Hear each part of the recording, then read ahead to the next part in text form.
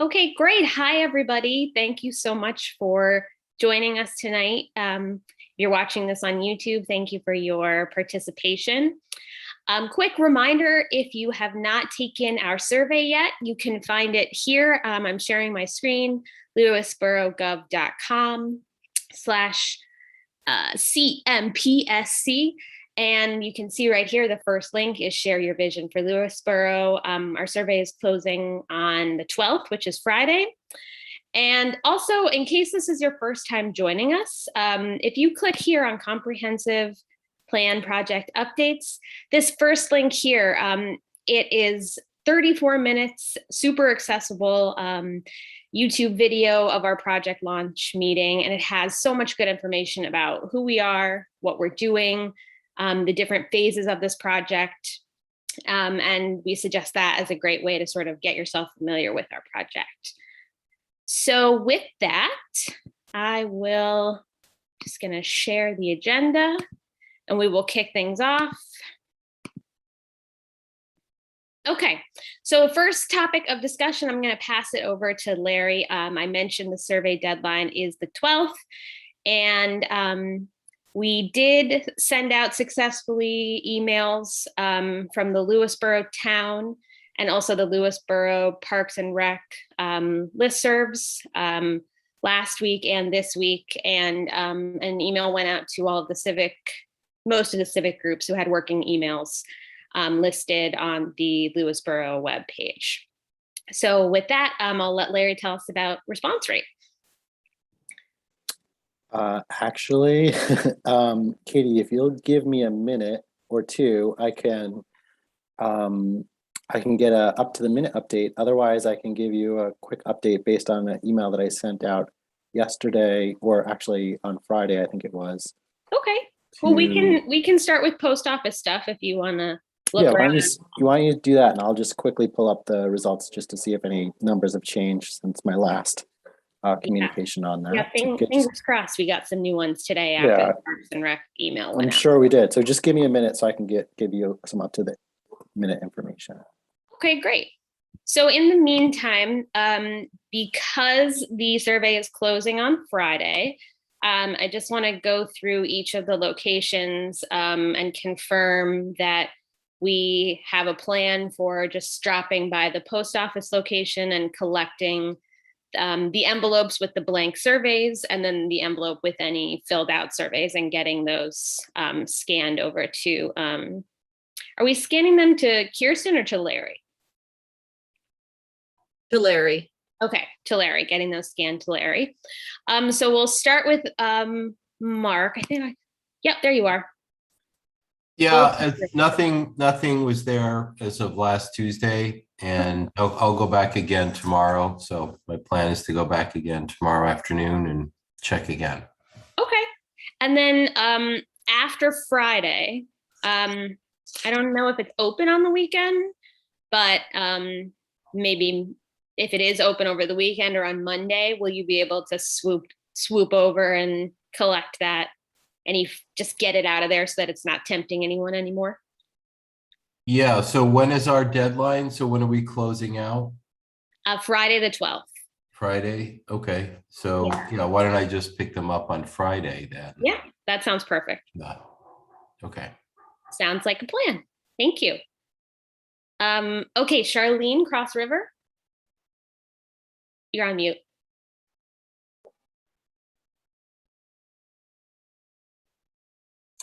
I have 3 that I have to scan to Larry, and I will not be able to get there on Friday, but I can get there Saturday morning. Okay, perfect. That sounds good. Very good. Okay, thank you. Next, Vista, John?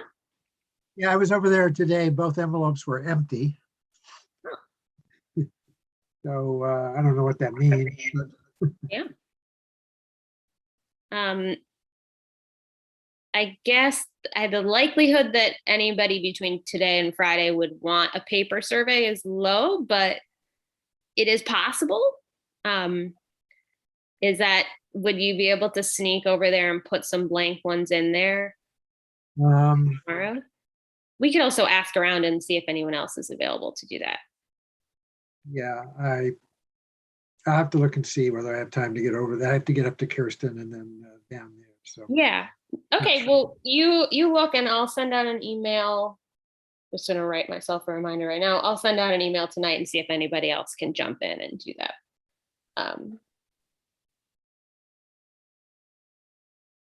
But then on Friday or over the weekend or on Monday, would you be able to pick up any final? Yeah, certainly at the latest on Monday. Okay, sounds good. So Vista PO tomorrow. Does anybody else happen to be around Vista tomorrow? Okay, we'll figure it out. Okay, Kirsten, planning office, library, townhouse. Could those All- get scooped All up? three on sites have, all three I sites. can have do blank Vista. If you surveys. need something done in Vista tomorrow, I can do that. Oh, What that do would you be think? great. If you could, you pick up blank surveys from the planning office from Kirsten and then put them in the envelope at the Vista post office. Sure, you do for tomorrow? Yeah, just in case anybody shows up tomorrow, Thursday or Friday. Okay, Yeah, I don't think you need more than a few. Yeah. okay. I'm thinking 5 copies, Mark, and I Sure, can leave them in our vestibule for you. sounds good.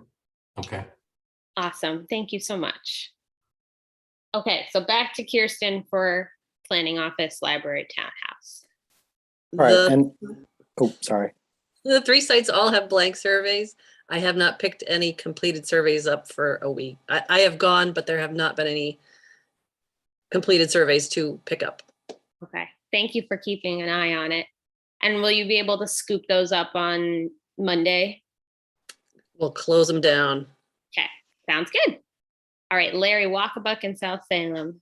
I haven't checked them in over a week. The last time I checked, they did have blank surveys, and I think I picked up one completed one from South Salem. But Okay. I'll check again, and I'll surely go by there over the weekend and Okay. see if we can close it out. Yep. Cool. All right, good. So that takes care of that. Thank you so much, everybody, for staying on top of your location. I know it's been a lot of work ongoing, and anybody who submitted a paper survey, I know they're really grateful for having that opportunity. And we're really happy to be able to fulfill our mission of having equal opportunities regardless of zip code. So thank you so much. Back to you, Larry, for response rate. Yeah, so I just checked on the electronic response rate, and it had increased from, I think it was about 700 when I checked on Friday to over 800 just now. So that's a huge increase in responses to the survey. I guess just to put it in perspective, I did a lot in my career in direct mail, and we were always happy to get like a 1 to a 2% response rate in direct mail. But this equates to a 6.5% response rate based on a population of over 12,000 in the town. And if we looked by household, God, that's definitely over 10%, which is what you'd want to get for an important survey like this, where you would want to be using the results to make important decisions, which we hope to be able to do. So I think it's an incredible response rate. I think it also goes to show today what people are responding to, because we did send out a direct mail. Right. We sent out a postcard to every household. That did bump up our responses. There were some social media posts, but the emails that went out over the last week or two really seems to have had the biggest impact on the responses since we started in the shortest period of time. So I think in the future, email communications, if we want public participation, are the way to go. So a good result. We'll close it down. We'll enter the last few written responses that we got in hard copy, and we should be good to start analyzing the results early next week. Yay, that's so exciting. I'm really, really happy that we got up that high in response figures. Thank you so much, Larry for keeping an eye on the response rate and for putting it all together, and everybody for keeping it going. It's a really, really good first task that we can check off and, you know, start using to actually inform how this whole thing is going to move forward. So very exciting. On that note, unless there are any questions, the next topic is just looking at where we're at with the RFP to consultants. And this is going to be our next big batch of work. So first, just wanted to give the update that the deadline for asking questions has passed. We did mark that in the RFP as October 31st. We got one question in the first week of November from Barton and I don't know how to pronounce that, Lagiais, which we did answer. There were the old questions from BFJ Consulting and Nelson Pope Voorhees. All of the answers are posted on our website. On the RFP page, there's a link to a live Google document so everybody can see the answers to those. We haven't gotten any actual responses to date, but I heard Charlene mention that that's normal. They usually come in on the last day. So what I want to do tonight is really dive into the process that we're going to use to make sure we're all on the same page and that we can kind of workshop, you know, where we go from here. So let me share my screen. I put together 2 Google documents that are in our drive. The first is the process document. So just keeping it focused on, you know, what our next steps are and what the process is. Once we get the responses, Kirsten's gonna organize those on Drive and I can help her out with that. And then we can schedule when we want the round 1 sessions to be. So I'm thinking we do in the RFP, we outlined that we would do 2 different sessions, 2 different rounds of review. The first would be, in my opinion, should be high level and administrative and focus on project management skills of the RFP respondents rather than sort of diving into the actual content in terms of, you know, what they envision our comprehensive plan to be. So just kind of, you know, it's not like we really want to eliminate that many people. We just really want to eliminate if there are any really big glaring issues, people that very clearly don't match up with what we're looking for. The way that we've structured it is that the first round, and this is written into the RFP, so we need to hold ourselves to this.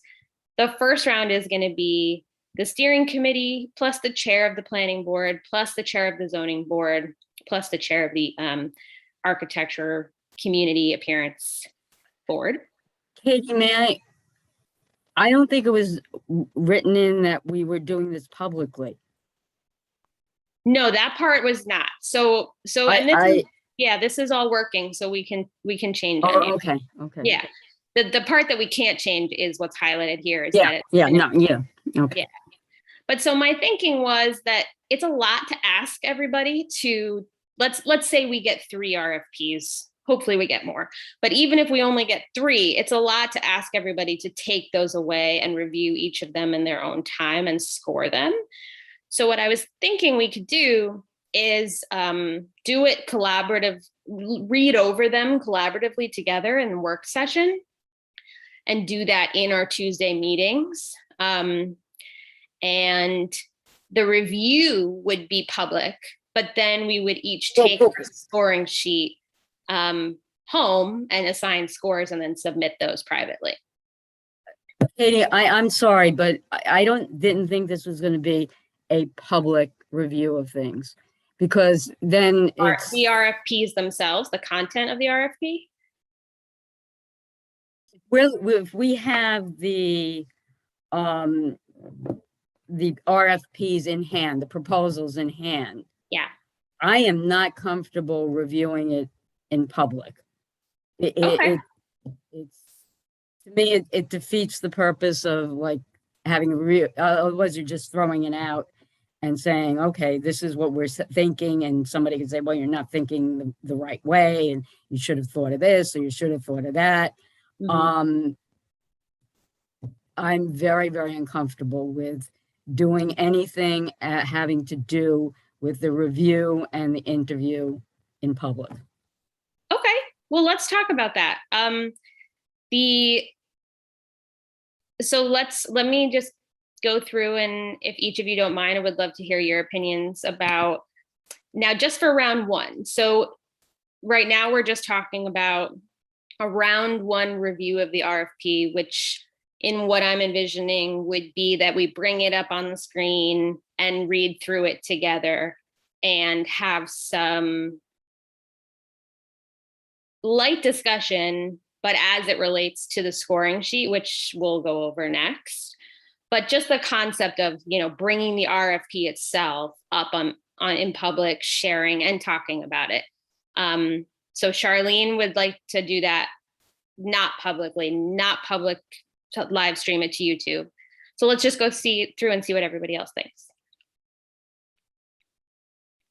I agree with Charlene on this one. I think first go around, we're kind of the first real look. The scoring sheet, we may even want to change the scoring sheet when we go through some of these things. But I think that we should do this one not in public, just to get the first round for sure. Cool. That's great. Larry? I tend to agree with John and Charlene also. Okay. We're gonna just want to feel comfortable to talk informally and share thoughts and ideas about the responses. I think there will be a public element to this for sure, because we're going to be making a recommendation, and any recommendation that we make is going to have reasons why, and how we scored, how we collectively scored. But I do believe that there is some value to the public at large, and to each of us on the steering committee, to be able to just be able to consider and consider ideas freely. And this, any of this is really a working session where we're considering these RFPs. So I would agree with John and Charlene, and believe that that we should be able to deliberate without having to consider how many people may be watching us, or watching every word that we say and thought that we have. So I agree with them both. Okay, great.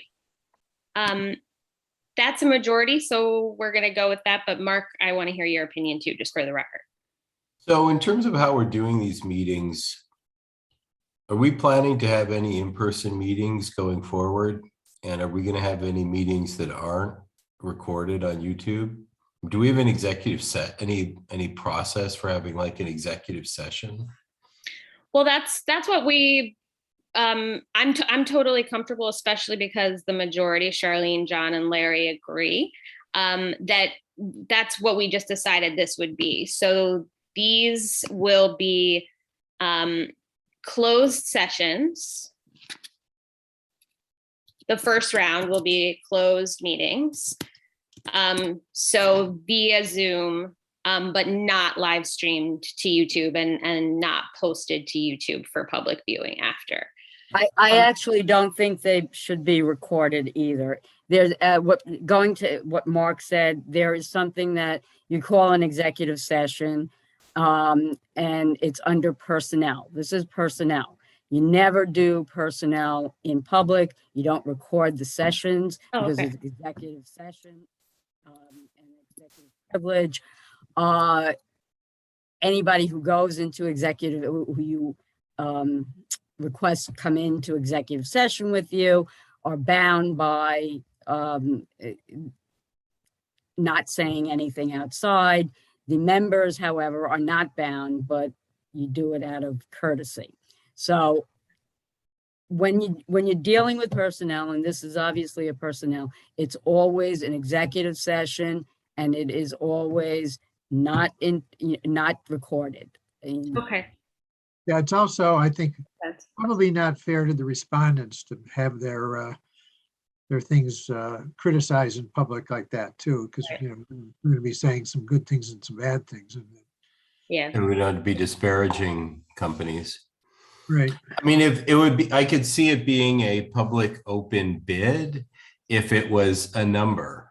So if we had a specification, we were saying, you know, we want somebody to give us the quote for what is the cost per square foot for paving, and we would open the bids publicly and we'd read them Right, aloud. but this is an RFP. That's the difference between an RFP and a competitive bid. Competitive bid must be open in public. You can't look at them. You can't. An RFP, because it's based on professional skills, gives you the opportunity to look at everything, to evaluate everything, and to make your determinations. I do agree that that was said that the recommendations must be solidly based, that you must, you know, I'm uncomfortable even giving the scorecard for each of these companies because, you know, that sort of says something about the company. So, but we will give the reasons for our recommendation. Truthfully, I don't even think the liaison to the board should be on it because this is our charge. Mm-hmm. You know, it's not, you know, they can do what they want. They don't have to listen to us at all. And it's not like it's just us who, you know, are there. It's the planning board, the zoning board. So Right. you do have a large community input of volunteers within the community.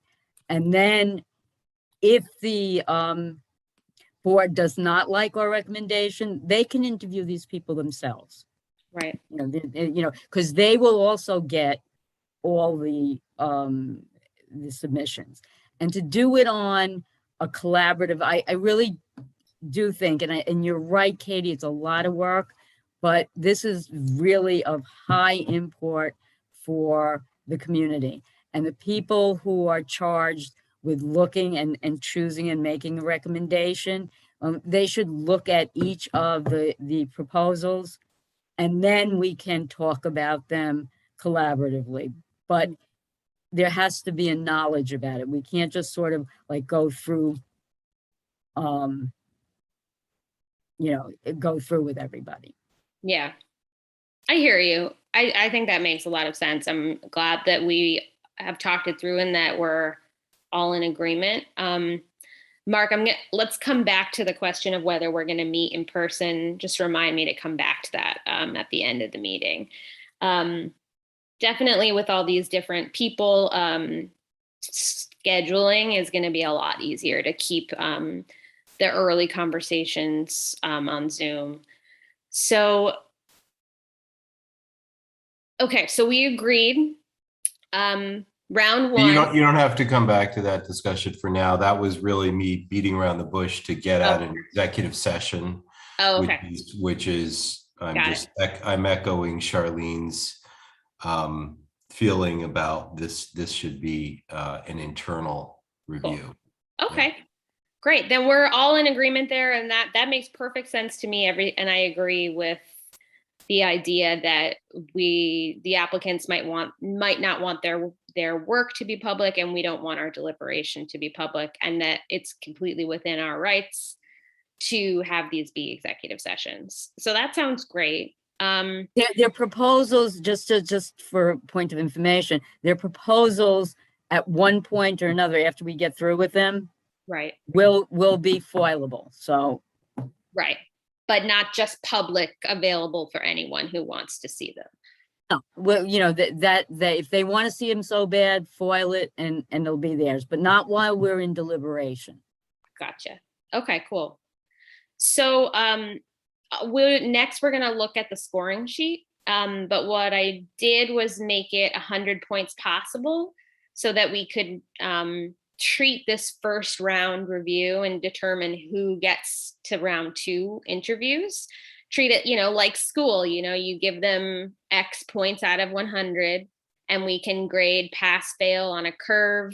I think a curve is a good idea because there will be some variations in how we're all assigning a 1 through 10 score.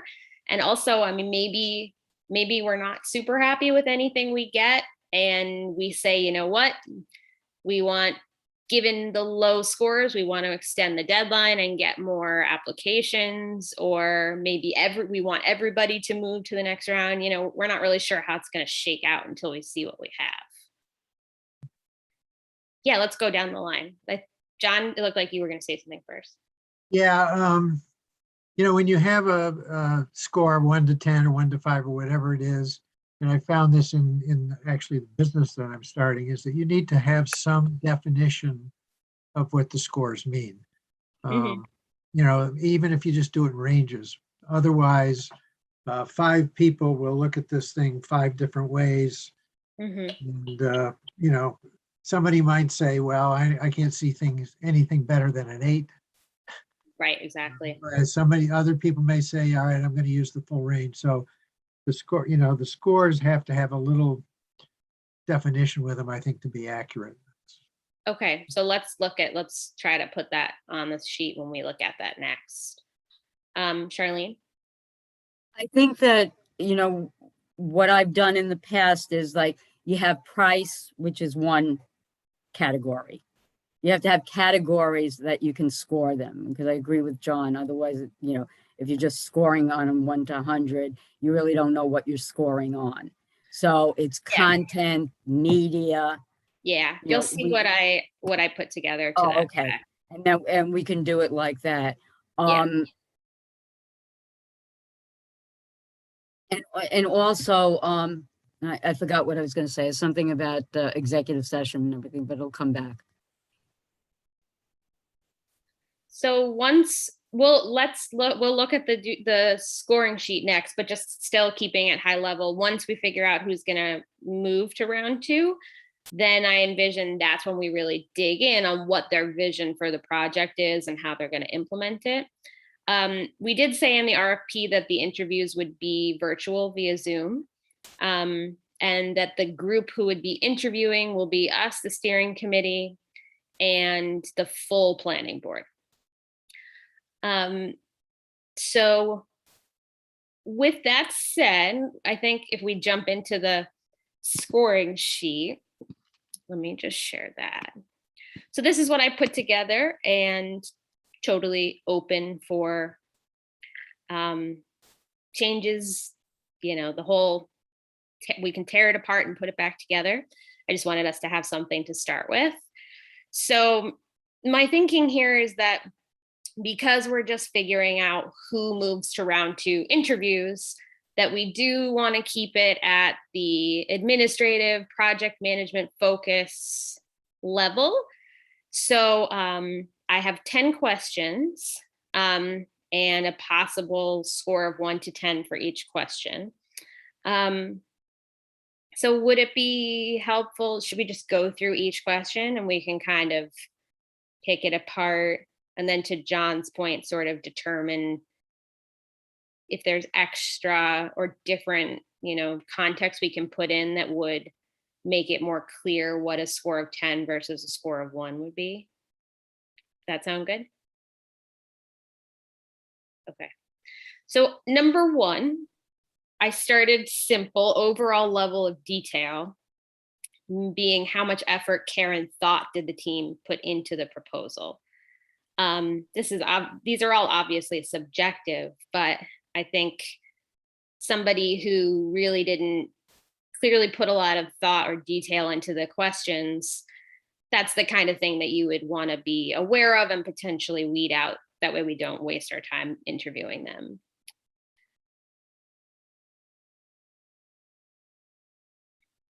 but then we kind of go to a different level of detail, general. Next question, understanding of Lewisboro. Did they research our town, and can they show that they understand the history, especially as it relates to the comprehensive plan? And then similarly, number 3, our government, we've got all these different towns and these different boards, departments, committees, and councils.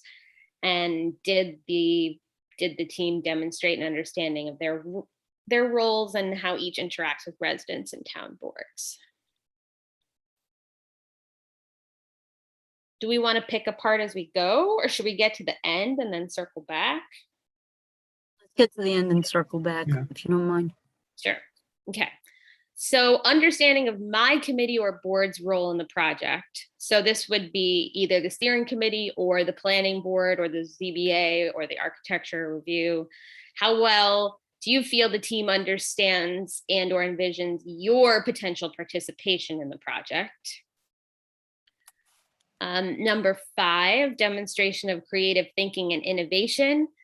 Do you feel confident that the team can think creatively about the project in order to produce better results? Did they show how they've innovated to find smart solutions in the past? Number 6, focus on community engagement.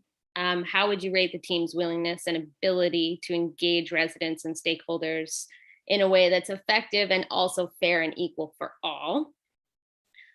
Number 7, focus on effective project management. How well can the team organize the various tasks and all the information they're going to collect, manage deadlines and communication with the various boards, committees, and the public? Number 8, experience with similar projects. Did the team effectively explain their experience with similar projects and demonstrate how and why this experience is useful? Number 9, experience and qualifications of the proposed team. Did they show how their experience and qualifications would benefit the project? And then number 10, any red flags? So any glaring issues, if there are none, assign 10 points. If there are some, there's blank space on the second page to elaborate. And then there's also space on the second page to list any questions that you want to ask the consulting team if they do proceed to round 2. So that's what I got, but I'm happy to pick it apart. Well, in addition, price, Yeah, I fees for was gonna services.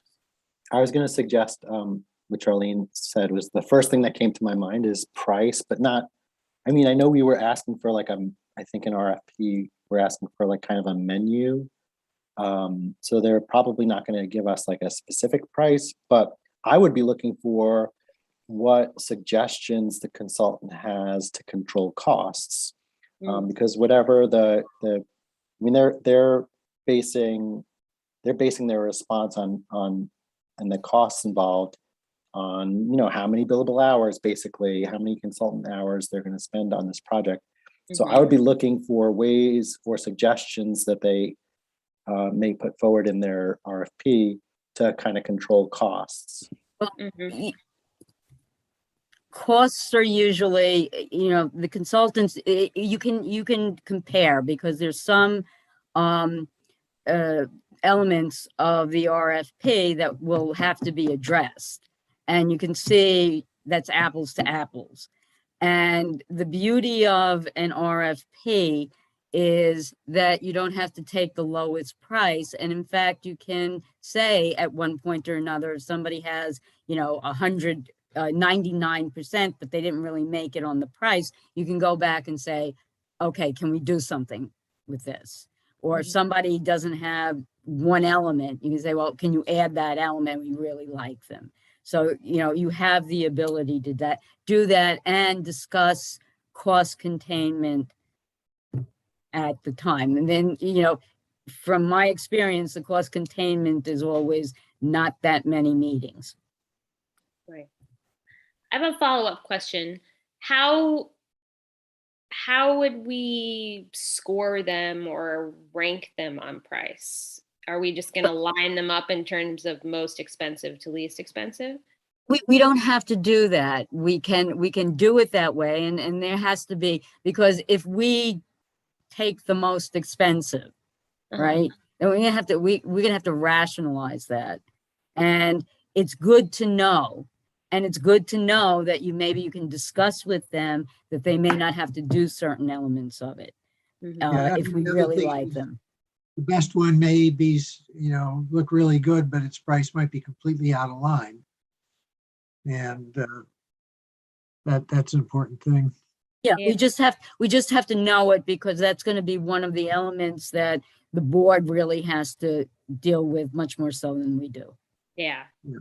So I had, go ahead.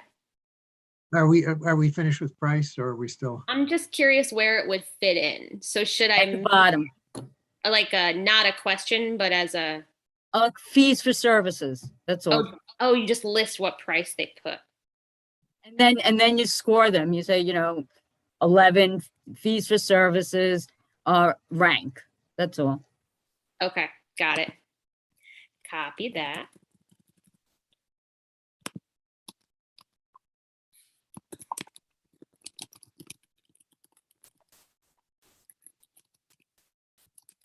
Okay.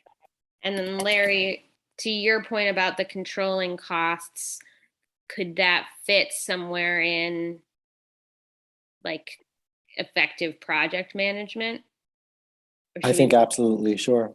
Okay. Yeah, Effective I and don't think, efficient. truthfully, I don't think you can like rank it at that, because that's a question that you ask them, because they're not gonna put cost containment containment cost.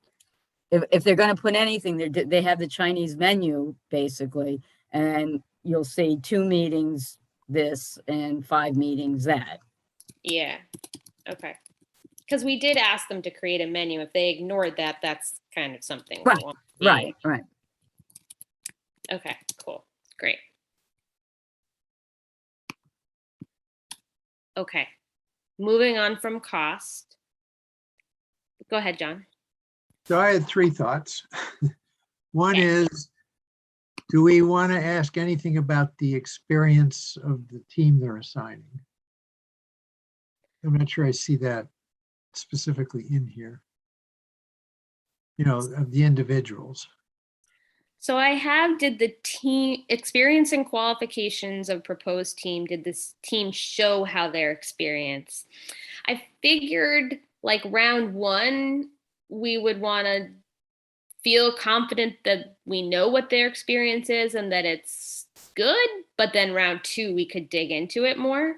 Well, Right. we can sort of have experience in Westchester, what experience in Lewisboro, Westchester, and communities of our size. Yeah, gotcha. They always say that when you put a business plan together, the most important thing is actually what people you have, and everybody knows you make up. John, that's a very good point. And I think maybe that, do they name the team? Right. Rather than just give us the firm. Right. So maybe we can add more and give me some more sentences here, or different sentences.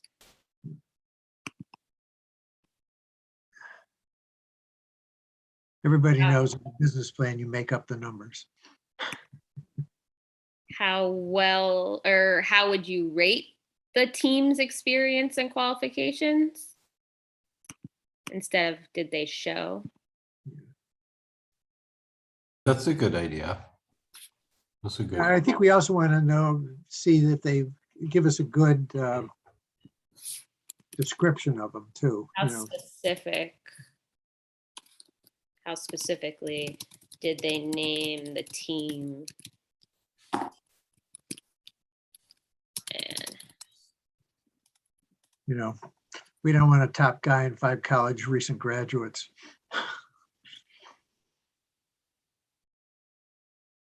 yeah, I can word that better later. Okay. That's Second point, if you scroll up, let's see. Let me see.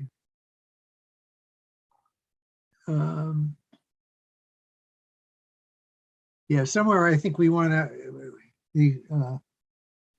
where you had experience, we want to make sure you have experience with, I think a little more definition on towns like Lewisboro. So not just in doing these, but in, I mean, we're a little unique, but we're very different than somebody doing one of these for Peekskill or a larger community. So some Mhm. definition there. E- Yeah. experience in communities of our size and composition. Yeah. Sure. And maybe also, have they dealt with hamlets?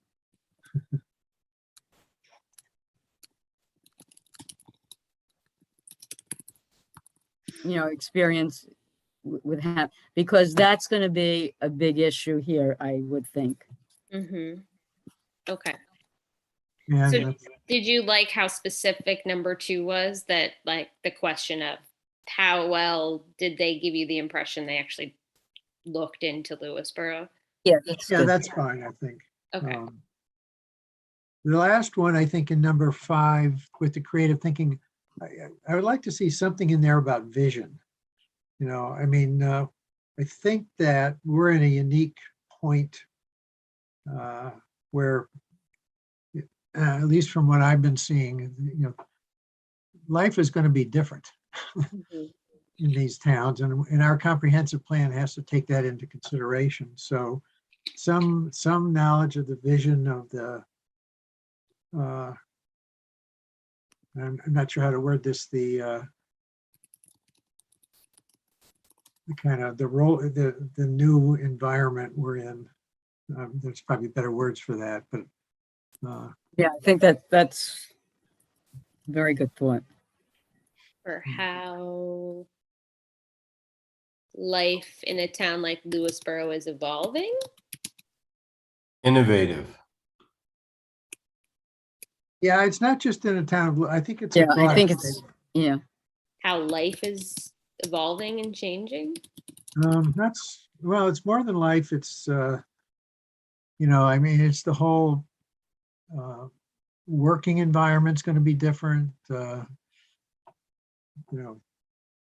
It's a broader than just life Vision, implies. a vision for a sustainable town. Yeah, well, sustainable has a specific meaning though, and that I think that narrows it a bit. We don't really know what the environment's going to be like in 2 years. We got some guesses and stuff, but we want them to be able to produce a vision that kind of takes some of these things into account. That's what I'm trying to get at. How's that? Did they share a vision for why innovation and forward thinking and vision is important? I said vision twice.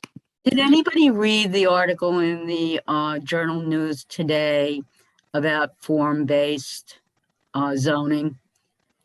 No. It was quite interesting because it seems like it's catching on in Westchester. And I was thinking that, you can't have form-based zoning every place, but you can have it if you're looking to hamlets. And it's, because hamlets are going to be a hub of community. And that's what the form-based zoning is all about. Having a community walkable, like Golden's Bridge, making it more into a walkable, usable, friendly area. And I don't want to specifically rate them on their form-based or whether they're looking at form-based, but that goes to Mark's innovative thoughts Right. Yeah. on development of I don't know another word for sustainable, John. Give me another word. Well, it would be good if it hadn't become so overused lately. Yeah, I know. Evolution? Like why innovation and forward thinking? Yeah. I don't know. Does this capture, does this sentence feel like it's a little closer? Yeah. Because we Yeah, I don't, think it's getting us there. Yeah. Okay. yeah, we can think about it. We don't want them to just say, oh, we're innovative. We want them to say, A, here's why we think innovation and creative thinking is important. And B, this Oh, is how we have they given us any implementation steps? How is their implementation plan? But before we leave this last thought, I think, Charlie, what they're doing in Golden's Bridge, I think, is very important for where we, I think, maybe a vision for the other hamlets, or at least some of them. Yeah, for example, it would be really embarrassing if someone responded to the RFP and never mentioned that once. That would be a big red flag for me. Because it's public, it's out there. There's newspaper articles about it. Well, and then we have at least one hamlet who's trying to implement it, so. Yeah. All right, we can workshop that sentence a little bit more, but I think the implementation plan and their exact vision we'll definitely want to dive into really deep on round 2 when we get into the interviews. But for I don't mean to dig deep into it, because do they have a innovative implementation plan? Right. Not that they have any vision whatsoever for it, because they can't, but that they have a innovative implementation. Right. And that would include the form zoning. I mean, About it. we know that certain things are going to become more important than they are now, and we want to make sure they have thought about those things. Yeah. Mm-hmm. Yeah. That's putting it succinctly. Yeah. Thank you, John.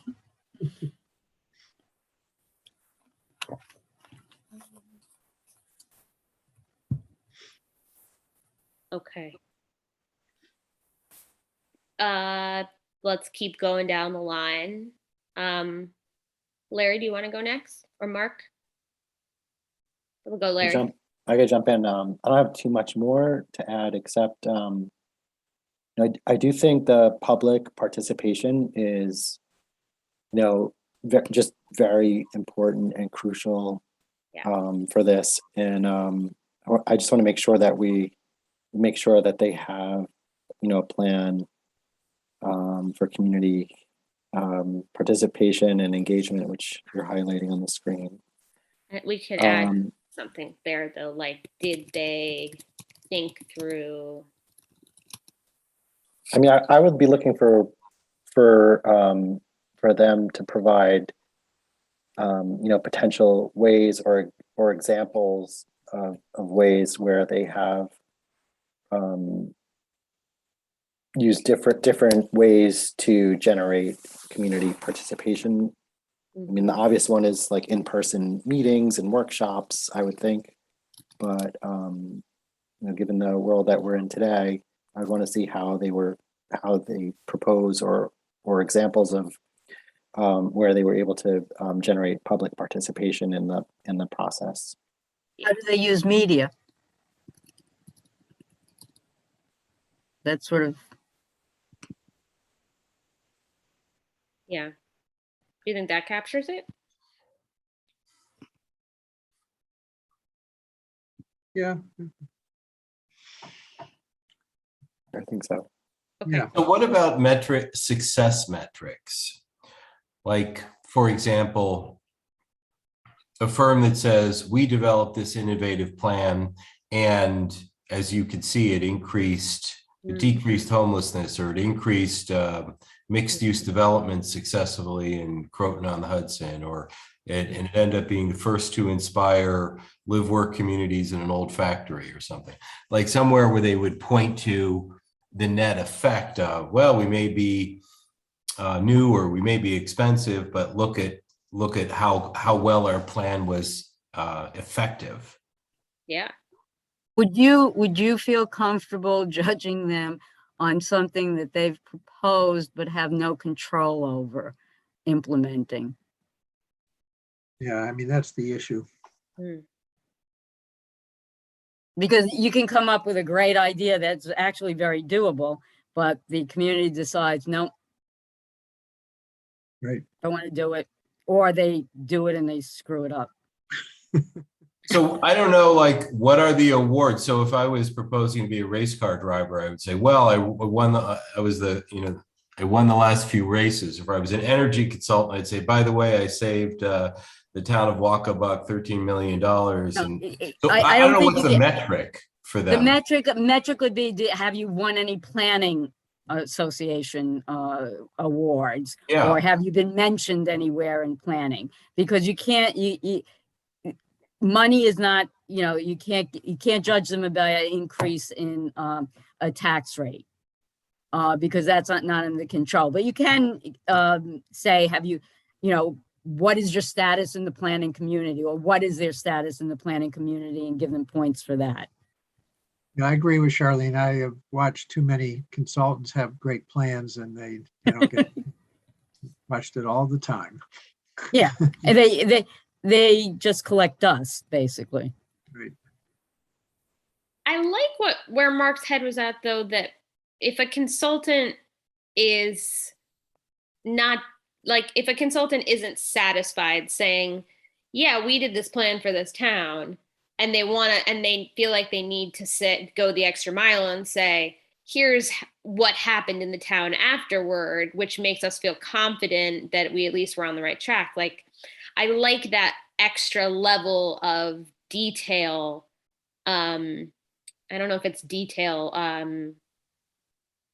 Yeah, they're just trying But to. isn't that an interview question? Yeah. Because we may end up interviewing, like, if we get 3, my suggestion is we interview all 3. Unless one is really, like, just crappy. Well, and then we might want to extend the deadline and reach out. Yeah, but it's like, that's something that you delve into that probably will not be in the plan. Yeah, I can see that. And maybe that kind of falls under overall level of detail. Like, did they take the time to put that extra thought into it, basically? Yeah, I think at the first level, it's tough to put a number on that because it's going to If be they all put it in at all, I mean. right. But to the point is they may have the best plan in the world, but they don't control it from there on out. Yeah, I'm actually afraid that Charlene, you're probably the one who has the most experience with these, but I'm afraid that we get back responses to the RFP that are just very general because they don't want to, offend somebody with their vision of how things should be, or Yeah. Well, so they really, I don't think they should actually have a vision, because that's something that they have to develop with the community. What they give you is, how they approach things. Yep. Yeah, and what approach do they take? And how many meetings are they going to have? And how do they use the media? And those are the questions. They're not going to give you a true vision, because they're the ones that are going to take all that information from us and the residents and put it into something. They may make, statements saying, well, we think that this is an interesting thing to look at, or we're going to look at the hamlets because you want to look at the hamlets, and this is how we look at hamlets. But they're not going to give you a specific vision, nor do you want them to, because this is the beginning of a process. Mm-hmm. Right. But you want to get the sense that they have the ability to do that. Right. Exactly. What you don't want them to do is come back and say, yeah, we looked at the 1985 plan, and this is how we would, I've seen too many consultants come in and tell you what you want to hear. Yeah. I want them to have a vision based on what we wrote in the RFP, I want them to have a vision for project management.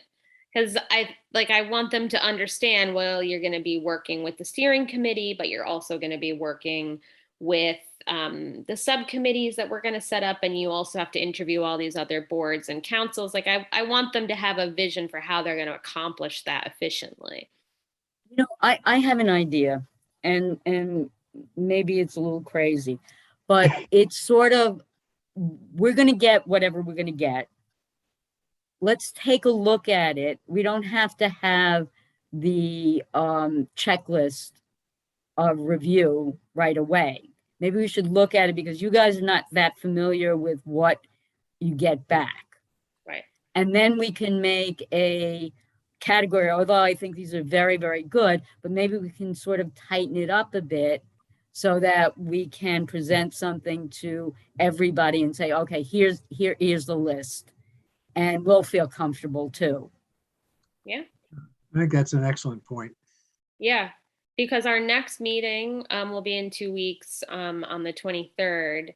And by then we'll have the responses. We'll know what we have. We can, use another half an hour or whatever in that meeting to just finalize this. And I like that idea.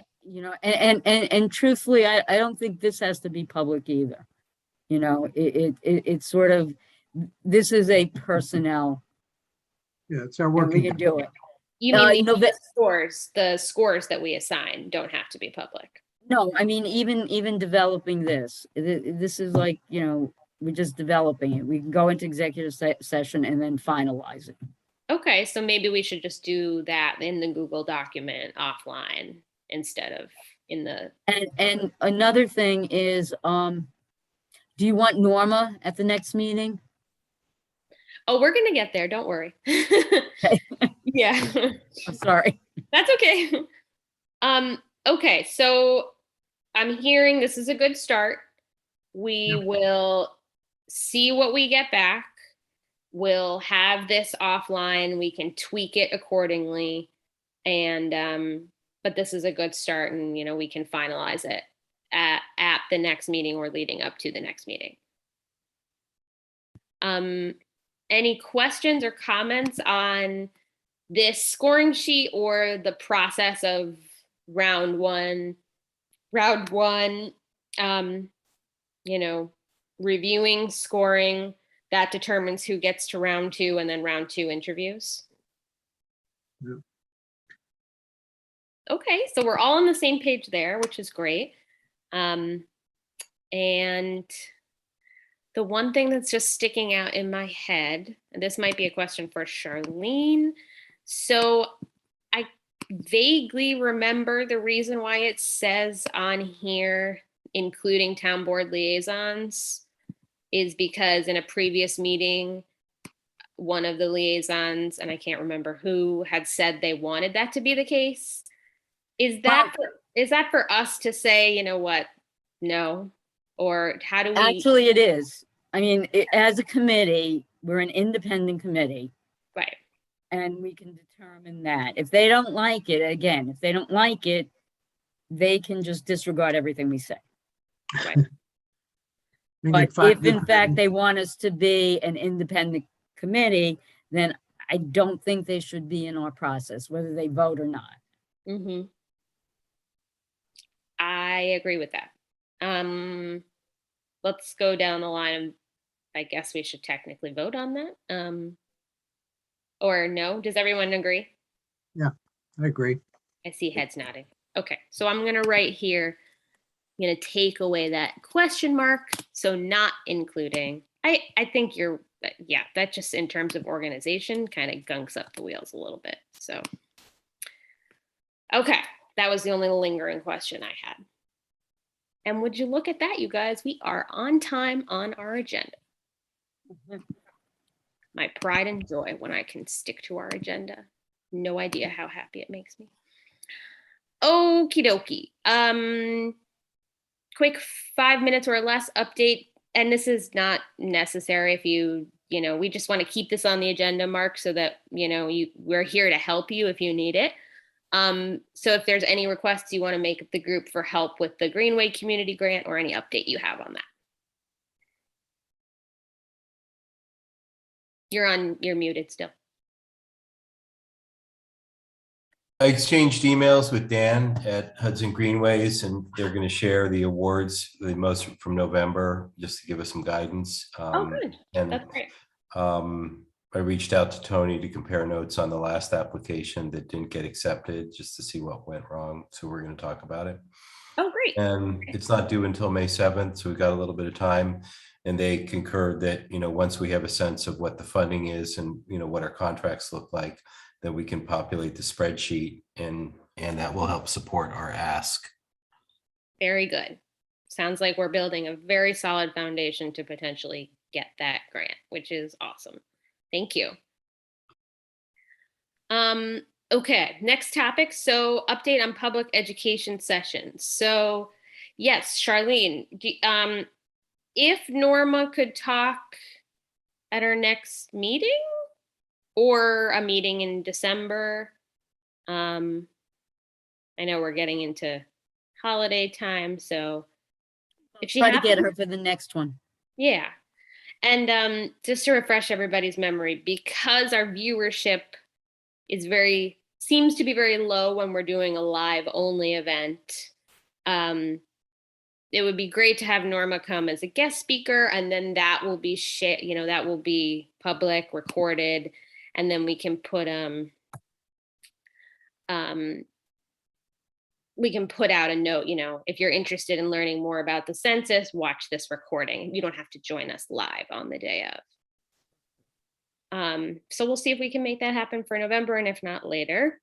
And then this is related, but just sneaking in, Larry just made a note. I think this is really smart. Scheduling advance dates for upcoming meetings, just because we are coming up to holiday season here. So next meeting, November 23rd, I think that works out nicely in terms of we'll have the RFPs the week before. We can look at them a little bit, and then we can kind of continue to discuss the process. And if Norma's coming, then that'll eat up a lot of the meeting. So we don't even have to get into the details so much on the 23rd. But then in terms of deadlines and or meetings for December, let me bring up a calendar. I think the deadline will very much depend on how many RFPs the deadlines, plural, will depend on how many RFPs we actually get. Because if we get a lot, then, reading them all and scoring them will take a lot longer. Well, the question is, do we need to set, we've left this as kind of I won't call it open-ended, but we haven't had firm dates. So I don't know that we need to do that just yet. Mm-hmm. And can we do it because we have the steering, it's not just us. That's true. Yeah, I think we need to get dates on the calendar so that we could notify the outside members of the steering committee that, these are the dates we're looking to come together, and can we reserve these, even if they're just tentative dates? Yeah, I think that's a good idea. All right. So the 23rd of November, and then 2 weeks after that is December 7th.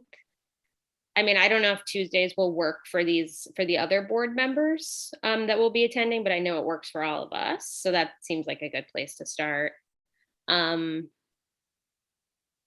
Maybe the 7th and the 14th of December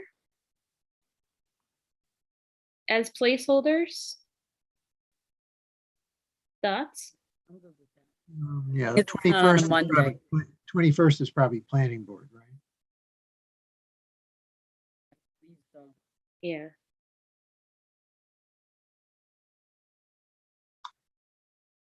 Those are probably the only December dates that would work, because the 21st and the 28th, people aren't going to be around, so. Yeah. All right. So let's say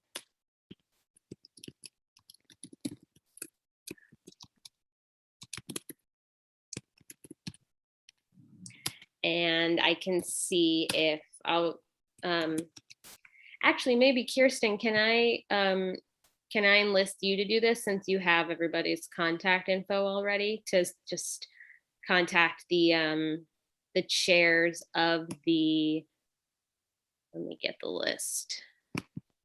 The planning board, zoning board, and architectural, I always say that wrong, architecture and community appearance board. Those are your people. They are, and we describe it as kind of a save the date. Yeah, and Right, just see if anybody has, if they all come back and have conflicts, then we'll have to look at other days. And are those chairs contacting all of their board and council members? Just the chairs. And if the chairs aren't available, I believe it said in the RFP, they could designate a, what's the word? Alternate? Yeah. Mhm. Okay. And those dates are for working sessions, right? Executive session. We should call them working sessions probably. But what we do is we open up as a regular session and then we vote on a motion to go into executive session for personnel reasons. Gotcha. Motion to.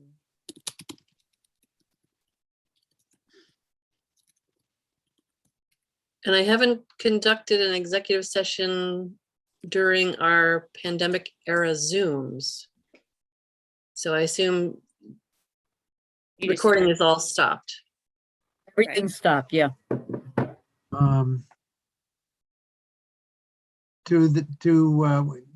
Do our Zoom information, that doesn't go out to the public, right? Their only view is on YouTube, right? Yeah, it just has the link right here.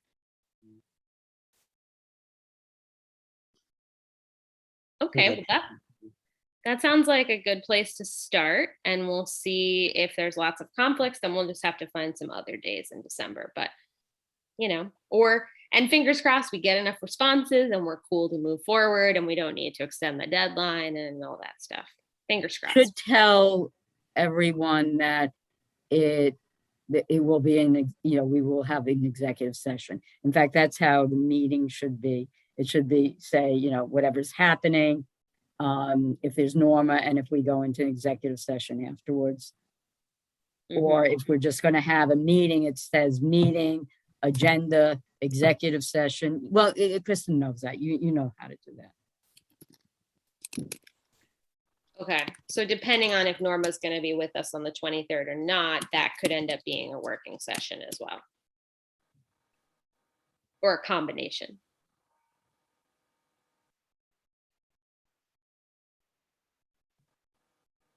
Okay.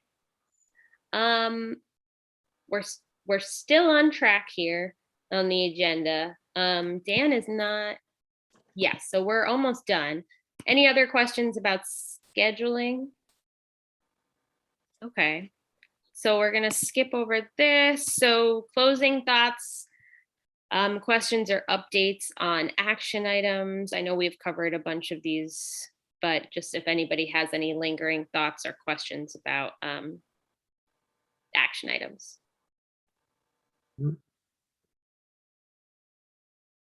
Okay.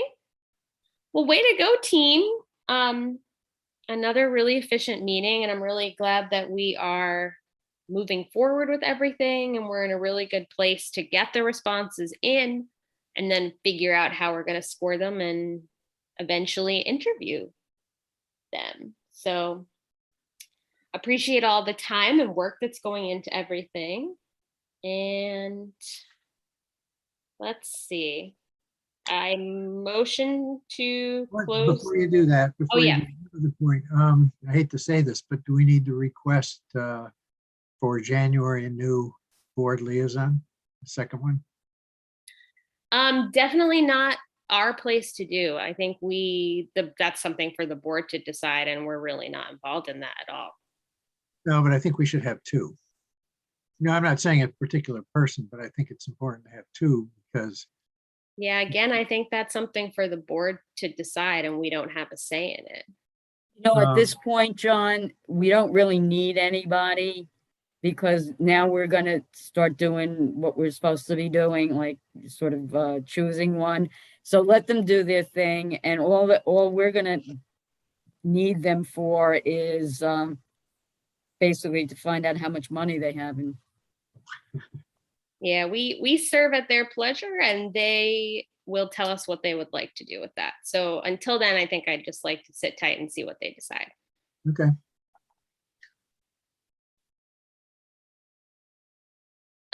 Any other thoughts? No. Okay, so what are the formal words I'm supposed to say? I motion to close the meeting. Is that good? Good enough. Yeah. That works? Move. Is there a motion to close the meeting? Is there a motion Somebody to say- close the meeting? I so move. Great. Second, can I get a second? Second. Fabulous. Okay, all in favor? Aye. Okay, thank you so much, everybody. Have a great evening. Thank you. See you in 2 weeks. Bye-bye.